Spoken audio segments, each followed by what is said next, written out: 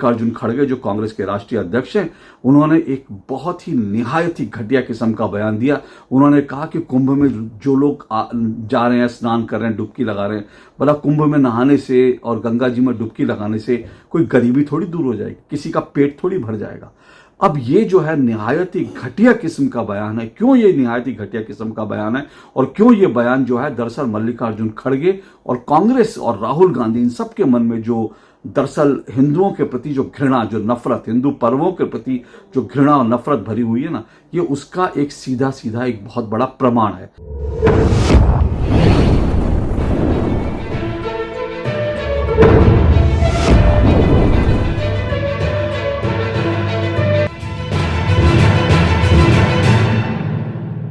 पुरानी कहावत है कि इश्क और मुश्क छुपाए नहीं छुपते, लेकिन इस पुरानी कहावत को अगर आज कांग्रेस पर लागू करना हो तो इसे कुछ यूं कहना पड़ेगा कि हिंदुओं से नफरत छुपाए नहीं छुपती। अब देखिए ना, कुंभ को शुरू हुए करीब करीब 15 दिन हो गए। 15 दिन से कुंभ में देश और दुनिया से तमाम लोग आ रहे हैं, आस्था की डुबकी लगा रहे हैं।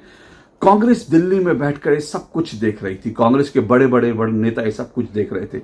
और 15 दिन तक न जाने कैसे वो जो नफरत है ना हिंदुओं के प्रति, हिंदुओं के पर्वों के प्रति, वो बड़ी मुश्किल से 15 दिन तक दबा कर बैठे थे कांग्रेसी। और आखिरकार 15 दिन बाद वो जो ज्वालामुखी है, वो जो नफरत का ज्वालामुखी है ना, आखिरकार वो फूट ही गया। और फूटा कैसे? वो फूटा ऐसे कि मल्लिकार्जुन खड़गे जो कांग्रेस के राष्ट्रीय अध्यक्ष हैं, उन्होंने एक बहुत ही निहायत ही घटिया किस्म का बयान दिया।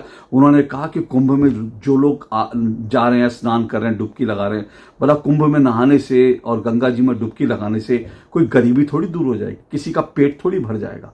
अब ये जो है निहायत ही घटिया किस्म का बयान है। क्यों ये निहायत ही घटिया किस्म का बयान है और क्यों ये बयान जो है दरअसल मल्लिकार्जुन खड़गे और कांग्रेस और राहुल गांधी इन सब के मन में जो दरअसल हिंदुओं के प्रति जो घृणा, जो नफरत, हिंदू पर्वों के प्रति जो घृणा और नफरत भरी हुई है ना, ये उसका एक सीधा सीधा एक बहुत बड़ा प्रमाण है। कैसे मैं इसको बताऊंगा, लेकिन उससे पहले खड़गे जी का यह बयान सुनिए। अरे भाई, गंगा में डुबकी लेने से गरीबी दूर होती क्या? आपको खाना मिलता पेट को? सुना आपने? तो खड़गे जी पता नहीं कैसे 15 दिन तक अपना ये जो नफरत है छुपा के बैठे थे, राहुल गांधी छुपा के बैठे थे, लेकिन अब उन्होंने ये निकाल ही दिया बयान। अब इस तरह के बयान जो हैं, जब राम मंदिर का निर्माण हुआ था तब भी इन्होंने इसी तरह के बयान दिए थे। मंदिर बनाने से क्या हो जाएगी जी? मंदिर बनाने से क्या गरीबी चली जाएगी? मंदिर बनाने से क्या रोजगार मिल जाएगा? जब कभी हिंदुओं का कोई पर्व होता है, त्योहार होता है, जब कभी हिंदुओं के किसी मंदिर का निर्माण होता है तो इस तरह के बयानबाजी करते हैं। राम मंदिर को लेकर भी इस पूरे के पूरे न सिर्फ कांग्रेस बल्कि पूरा जो सेकुलर गैंग है, जो सेकुलर जिहादी गैंग है, उन्होंने इसी तरह के बयान दिए थे। लेकिन आप 23 जनवरी को जो मेरा वीडियो था उसमें जाकर देखिएगा, मैंने आपको बताया था कि अयोध्या में राम मंदिर के निर्माण के बाद जब वहां पर जो अवध यूनिवर्सिटी है उसकी एक स्टडी कहती है कि वहां पर करीब करीब जो है 70 से 75 हजार नए रोजगार सृजन हुए हैं। तो आप अगर ये कहते हैं कि मंदिर बनाने से कोई रोजगार नहीं मिल जाएगा, तो रोजगार मंदिर बनाने से मिला। जो तीर्थ हैं, जो आध्यात्मिक केंद्र हैं, जो मंदिर हैं, उनके आसपास की अर्थव्यवस्था अपने आप में एक अलग तरह का डेवलपमेंट मॉडल है।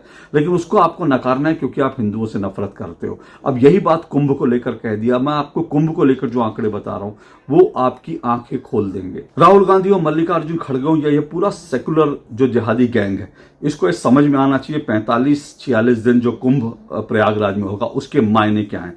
आप समझते हैं कि 45 से 46 दिन जो कुंभ का जो वहां पर मेला चल रहा है, उसमें अगर औसतन 45 करोड़ लोग आते हैं, जो माना जा रहा है कि करीब करीब 45 करोड़ लोग आएंगे, और अगर 45 करोड़ लोग अगर औसतन बहुत निम्न में आपको बता रहा हूं, बहुत नीचे से आपको आंकड़ा उठा के बता रहा हूं, अगर ये 45 लोग प्रतिदिन 2000 रुपए खर्च करेंगे तो 90,000 करोड़ रुपए का ट्रांजैक्शन होगा।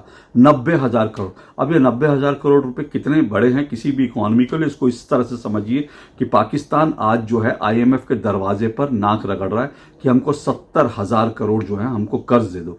तो 70,000 करोड़ रुपए कर्ज के लिए जो है वो नाक रगड़ रहा है, और हम जो है 90,000 करोड़ रुपए 45 दिनों में जनरेट कर रहे हैं। ये मोटा मोटा आंकड़ा है, $10 बिलियन करीब करीब ये आंकड़ा हो जाता है। अब आपको ये मैं आपको बताऊं कि इस 45-46 दिन में कुल मिलाकर जो एक मोटा मोटी जो एक बताया जा रहा है, और ये जो औद्योगिक जो संस्थाएं हैं, CII हो गई, जो इस तरह की संस्थाएं, उनका अनुमान है। उनका अनुमान क्या है? मेरे हाथ में रिपोर्ट है। एक रिपोर्ट ये बताती है कि इस कुंभ से CIA का आंकड़ा ये बताता है कि इस कुंभ से करीब करीब जो है 1,20,000 करोड़ की आमदनी होगी और साथ साथ 6 लाख लोगों को रोजगार मिलेगा। सोचिए 6 लाख लोगों को रोजगार मिलेगा और खड़गे जी कह रहे हैं इससे रोटी मिल जाएगी, गरीबी दूर हो जाएगी। तो फिर किससे गरीबी दूर होती है? क्या हज से होती है? क्या रोजा इफ्तार की दावतों से होती है? छोड़िए, उस पर मैं आऊंगा। अब एक और मेरे पास हाथ में रिपोर्ट है, ये रिपोर्ट जो है वो कहती है कि जो अर्थशास्त्री है उनका ये मानना है कि इस पूरे के पूरे कुंभ से 2 से 4 लाख करोड़ की जो है व्यवसाय होगा। 2 से 4 लाख करोड़, आप समझ रहे हैं कि कितनी बड़ी जो ये इकॉनमी है। और खड़गे जी और राहुल जी अगर कहते हैं इससे रोजगार नहीं मिलेगा, तो मैं आपको बता दूं वहां पर एक चाय का जो कैफे है, मेरे पास जो डेटा है वो ये बता रहा है, एक चाय का छोटा कैफे तो नहीं है, अच्छा ठीक ठाक कैफे है, उसकी जो नीलामी हुई है 2,40,00,000 रुपए में चाय के खोखे की नीलामी हुई है। आप समझ रहे, खोखा नहीं, उसको कैफे कहिए।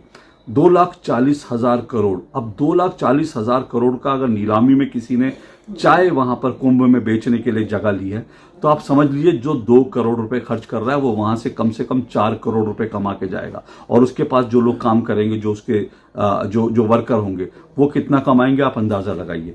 मैं एक वीडियो देख रहा था, एक फूल वाली जो इंदौर से, मैं मोनालिसा की बात नहीं कर रहा, वो तो बड़ी फेमस हो गई, लेकिन इंदौर से और भी कई फूल वाली आई हैं। एक ऐसी फूल वाली की मैं एक स्टोरी सुन रहा था, वो ये बता रही थी कि हमको दिन में 2 से करीब 2,500 की आमदनी होती है, 2 से 2,500 पर डे की आमदनी होती है फूल बेचने, माला बेचने वाली को। अब उससे जब पूछा गया कितने दिन, तो उसने कहा 1 महीना हम करीब रहेंगे। तो आप समझ लीजिए कि 1 महीने में वो जो माला बेचने वाली है वो कुंभ से करीब 1 से 1.5 लाख रुपए कमा के जाएगी। जी हाँ खड़गे जी, आप अपने यहाँ जो तमाम आपके घर में राहुल गांधी और खड़गे जी के घर में जो तमाम जो वर्कर होंगे ना, चाहे ड्राइवर हो या कुछ हो, कोई 1 महीने में 1 से 1.5 लाख नहीं कमाता होगा, लेकिन कुंभ में जाकर एक लड़की जो है वो माला बेचकर 1 से 1.5 लाख रुपए, और ये 1.5 से 2 लाख रुपए बताया जा रहा है, ये बताया जा रहा है। तो 2 लाख रुपए अगर 1 महीने में कमा के जाएगी तो आप समझ सकते हैं कि कुंभ की महिमा क्या है। रोजगार की आप बात कर रहे हैं, मैंने बताया कि जो जो अर्थशास्त्रियों का समूह है उनका मानना है 6 लाख रोजगार पैदा होंगे। इसमें अकेले इको टूरिज्म, मेडिकल टूरिज्म से 85,000 जो है रोजगार जनरेट होंगे। टूर गाइड, टैक्सी चालक, द्विभाषी जो हैं उनसे 55,000 जो है रोजगार क्रिएट होंगे। इसके अलावा जो छोटे छोटे काम वहां पर कर रहे हैं उनको वो उनकी तो गिनती ही नहीं है। इलाहाबाद यानी प्रयागराज जो है वो, और इसके अलावा उत्तर प्रदेश की अर्थव्यवस्था कितनी बूस्टअप होगी आप इसका अंदाजा नहीं लगा पा रहे। काशी विश्वनाथ कॉरिडोर मैंने बताया था वहां पर बना, अब वहां की कितनी बड़ी तादाद में लोग जाते हैं, और मैं खुद काशी का रहने वाला हूँ, इसलिए जानता हूँ वहाँ आसपास रहने वाले और पूरे काशी में किस तरह से लोगों की जिंदगी बदल गई, किस तरह से लोगों की आमदनी बढ़ गई। उसी तरह से प्रयागराज की आमदनी भी इस कुंभ के बाद जो आसपास के लोग रहते हैं उनकी बढ़ जाएगी। तमाम चीज़ों में जो है जिस तरह से एक अर्थव्यवस्था तेजी से जो दौड़ रही है वो कुंभ के कारण, उसका लोग अंदाजा भी नहीं लगा पा रहे। लेकिन खड़गे जी और राहुल गांधी और तमाम सेकुलर गैंग को तो लगता है कि ये ऐसे कुंभ में गंगा जी में स्नान करने से क्या होगा। तो भैया मुझे बताइए, गंगा जी में स्नान करने से अगर कुछ नहीं होगा तो टोपी पहनकर रोजा इफ्तार की दावतों में जाने से कुछ होगा। अब आप बताइए, रोजा इफ्तार की जो आप दावतें करते तो उससे कितने रोजगार जनरेट हुए। आप जो हज सब्सिडी देते थे, आपको मालूम है एक हज सब्सिडी जो है, मैं एक आंकड़ा देख रहा था, हर साल जो है हज सब्सिडी करीब 40,000 करोड़ की हज सब्सिडी दी जाती है। अब हज सब्सिडी जब आप देते हैं तो वो सब्सिडी कहाँ जाती है, वो एयरलाइन के माध्यम से, उसके बाद लोग जाते हैं दूसरे देश में जाते हैं। उससे कितने रोजगार क्रिएट होते हैं, जरा खड़गे जी और राहुल जी जरा कैलकुलेट करके बताइए कि हज सब्सिडी से आखिर कितने रोजगार क्रिएट हुए, जिस पर सरकारें जो है, सेकुलर सरकारें 40,000 करोड़ रुपए हर साल खर्च करती थी, उससे कितने रोजगार जनरेट हुए। लेकिन वो आपको नहीं बताएंगे। रोजा इफ्तार की दावतों से कितने रोजगार क्रिएट हुए वो नहीं बताएंगे। लेकिन उनको सिर्फ और सिर्फ जो है हिंदुओं की आस्थाओं पर प्रहार करना होता है। हिंदू मंदिरों से इनको नफरत है, हिंदुओं के पर्वों से इनको नफरत है, और साथ साथ हिंदुओं के जो इस तरह के जो तमाम रीति रिवाज है, उनकी आस्था, उन्हीं से इन्हें नफरत है। अब देखिए, ये सिर्फ जो है मंदिर, राम मंदिर और कुंभ तक सीमित नहीं है, इसका विस्तार भी आप देखते हैं। दिवाली पे कहेंगे नहीं पटाखे नहीं जलाने चाहिए, दिवाली पे कहेंगे कि नहीं इससे जो है पटाखे जलाने से पॉल्यूशन हो जाता है। होली पे कहेंगे कि जो है पानी वेस्ट नहीं करना चाहिए, पानी खराब होता है। तो ये एक एक करके जो तमाम हिंदू पर्व हैं उनके ऊपर चोट होती है। और उसके बाद क्या होता है, सबसे जो चीज़ें पानी, बिजली और पटाखे से जो बच जाते हैं, वो जब शोभा यात्रा निकलती है तो डीजे पे पथराव हो जाता है। तो ये जो नफरत है ना हिंदुओं के प्रति, ये रह रह कर निकलती है।